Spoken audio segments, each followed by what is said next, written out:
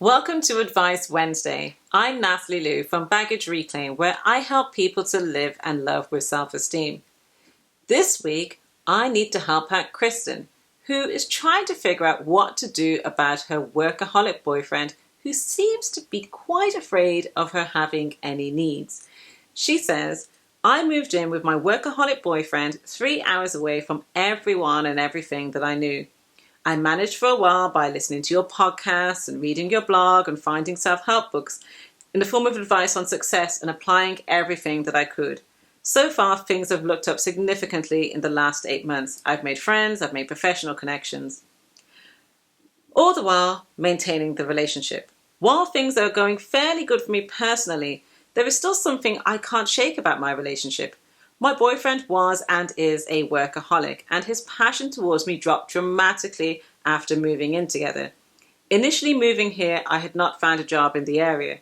The job search was truly difficult because the area is seeing a time of regrowth, and my self-esteem was dropping daily. After 3 months and no job, the savings ran dry, and I needed him to help me financially. I felt horrible about myself.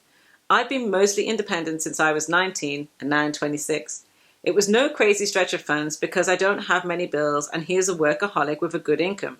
But still, he became distant. I blamed myself for not being good enough and told myself he would never find me attractive again if I wasn't independent. He pulled away so much that I thought he was cheating on me for months, mostly because as soon as we moved here, he began traveling for his job nearly 30% more than he had before. I spent 6 months being the only one to initiate intimacy, to really pay attention to the other's needs as a person. While being the jobless one, I made sure to take on more domestic responsibility, including taking care of his not yet trained, very high maintenance dog, which is pretty unusual for me because I'm very much a cat person. I felt that he needed a bit of a break while I was still figuring out what I could do and not contributing financially. He definitely has perked up since I've made friends and connections. With the more progress that I make, the more he comes round. Still though, there's something else missing. It bothers me that while we are not a married couple, that he still lost so much interest in me after moving in together, and then even more after having to help me financially.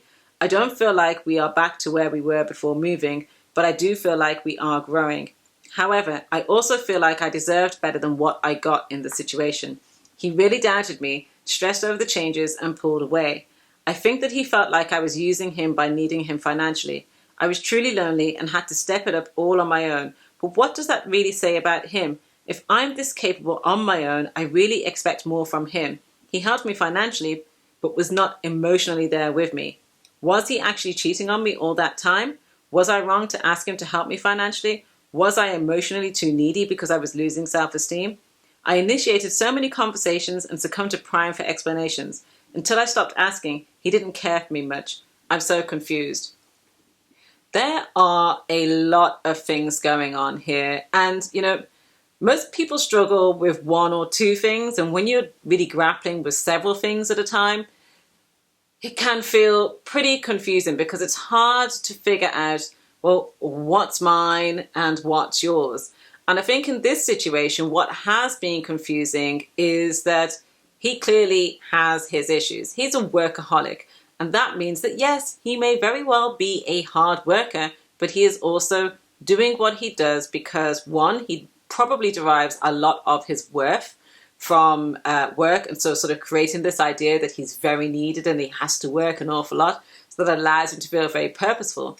But the chief aim of being a workaholic is to avoid emotions, to avoid feeling. If you're working, you also get to avoid intimacy. So he's basically created a cast iron alibi for himself, where he gets to justify why he's not really showing up in the relationship. So that's one set of problems. So the next set of problems comes in that Kristen has experienced what is undoubtedly a highly stressful situation. She's moved hundreds of miles away from home to a place that is completely unfamiliar. And moving is really known as being the single biggest change to our habits. You're put into unfamiliar territory and you've got to basically figure out everything all over again. She's had to figure out how to make new friends. She's been trying to network and all the rest. And she has little if no emotional support from him. And it does make you wonder why on earth he has asked her to move in with him if he wasn't really planning to show up to the relationship. One of the things I say to people is that how things are in dating isn't necessarily how things are going to be in a relationship. And you really see the length and breadth of who somebody is when you say or show no, and when you experience life's inevitable bumps like conflict and criticism and stress and disappointment and or even loss. And what has become very clear here, which would personally cause me to feel quite insecure in that situation, and I think will cause most people to feel insecure, is that when things don't go the way that this guy expects it to, when life's bumps come along, he doesn't want to be leaned upon. He pulls away. He distances himself. It's like, I'm only prepared for you to need me in this capacity and only up to this volume. And if you step over that threshold, then I'm just going to distance myself from you. It feels as if he was penalizing her for not having got a job as fast as he would like. And so the other thing I think that's really coming out of this is that there's a real absence of communication going on between these two, where, I don't know, it's obviously difficult to tell from the story, but there can't have been enough communication about each other's expectations of what was going to happen when they both moved in together. Someone who is a workaholic isn't going to stop being a workaholic just because you move in together. And if anything, they're actually going to potentially dig their heels in even further into their habit. And so when you see that there is a problem in a relationship, it's really, really important to acknowledge what that is and what it means. It doesn't necessarily spell doom, but what it does mean is that you can make decisions in reality. Plus, it also offers up an opportunity to communicate. Because realistically, I would feel pretty damn peeved if I moved all that way over and my partner is now looking for even more excuses to be away. And on top of that, when it comes to support, then he's sort of running dry on that. I don't think that she was too emotionally needy for feeling stressed out by the situation, but it says a lot that the default was to immediately start blaming herself and to sort of panic herself into thinking, hold on a second, I must make sure that I don't express my needs or need him too much in an emotional, mental, or physical or even financial capacity because he won't want me. And that's not really a good basis for doing anything. There is clearly resentment in the relationship, and I doubt that it's just on one side. I'm sure it's coming from both sides. That's not to say that every single reason for those resentments is necessarily fair, but there is an element of, look at everything that I have done and what am I really getting back? It feels as if she feels as if she's had to pay him back for having needed him financially and for having not had everything all perfectly set up. And again, this is a breeding ground for further resentment.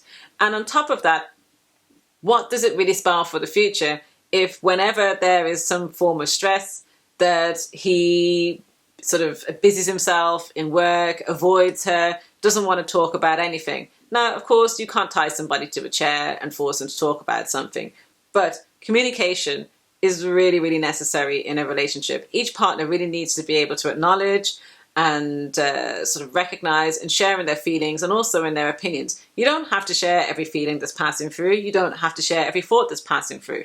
But you're going to really disrupt the harmony in a relationship and the future happiness really of it if one or both of you are very, very resistant to communication and are effectively stonewalling. And that is definitely what this guy was doing. Now, I don't know if he was cheating. I am pretty damn good at figuring out relationships, but am I Missed It Meg and where I can look into things? No. What I can say is that this is really going to go or one of two ways with this, which is that, yes, it's very possible that in amongst all that he was doing, part of his avoidant behavior was being involved with somebody else, potentially being involved in maybe more than a couple of relationships. Who knows? Some people can be incredibly routine, and that helps them to maintain a double life. The flip side of it is that maybe it hasn't got anything whatsoever to do with him cheating, and has everything to do with the fact that he's manifested a situation that gives him the perfect out. And so at this particular point in time, what I think that Kristen really needs to do is to acknowledge where all of this is coming from. People get funny about money. People get funny about asking for money. People get funny about giving money. A lot of people have money hang-ups, and it's not necessarily about the present situation. A lot of the time it is about the past. If neither one of you in a relationship understand what the baggage is behind an issue, then what can happen is you each kind of start bouncing off each other and thinking, oh, that person is thinking this or doing that about me. And so what really needs to be had here is really a cards on the table type of conversation. One where you go with what I call the be factual approach, which is really where I'm not saying to be unemotional, but rather than sort of getting into you made me feel this and you made me feel that and you never and you always and all that type of stuff. Instead, it's about, I moved over here, and I'm not saying that because I moved over here that you had to do X, Y, and Z. However, what I did find is that when I moved here and we found ourselves in a situation, because it is a we, not an I, we found ourselves in a situation where I was not able to get work immediately, that I really didn't feel as if you had my back.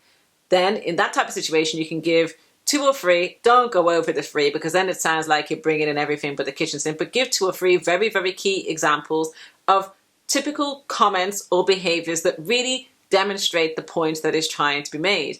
And let them know how you feel about that particular situation and what the concerns are that are arising from that. So it's like, she could basically turn around and say to him, look, I do want to be with you, but I don't want to feel as if I have to be perfect all the time and that I can never express a need to you for fear that you might basically turn around and want to basically abandon ship and that you're going to distance yourself from me. Also, if our relationship is going to progress, then yes, I'm all for you working. And yes, I know that you work very hard, but you need to be able to leave enough space for the two of us to have our relationship too.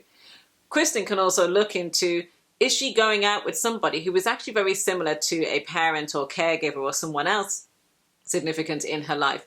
Because she might be rationalizing his behavior because it's familiar to her. And so she might be looking to right the wrongs of the past in some way and then trying to catch the attention and the approval of him, much the same way that she might have been looking to try to catch the attention and approval of her parent. If she can recognize that, then she can start to look at sort of where that's coming from and to heal that so that then she can decide if she wants to continue in this relationship from a very present place or whether actually she does recognize what the issue is, but she also realizes that maybe this is not quite the relationship for her.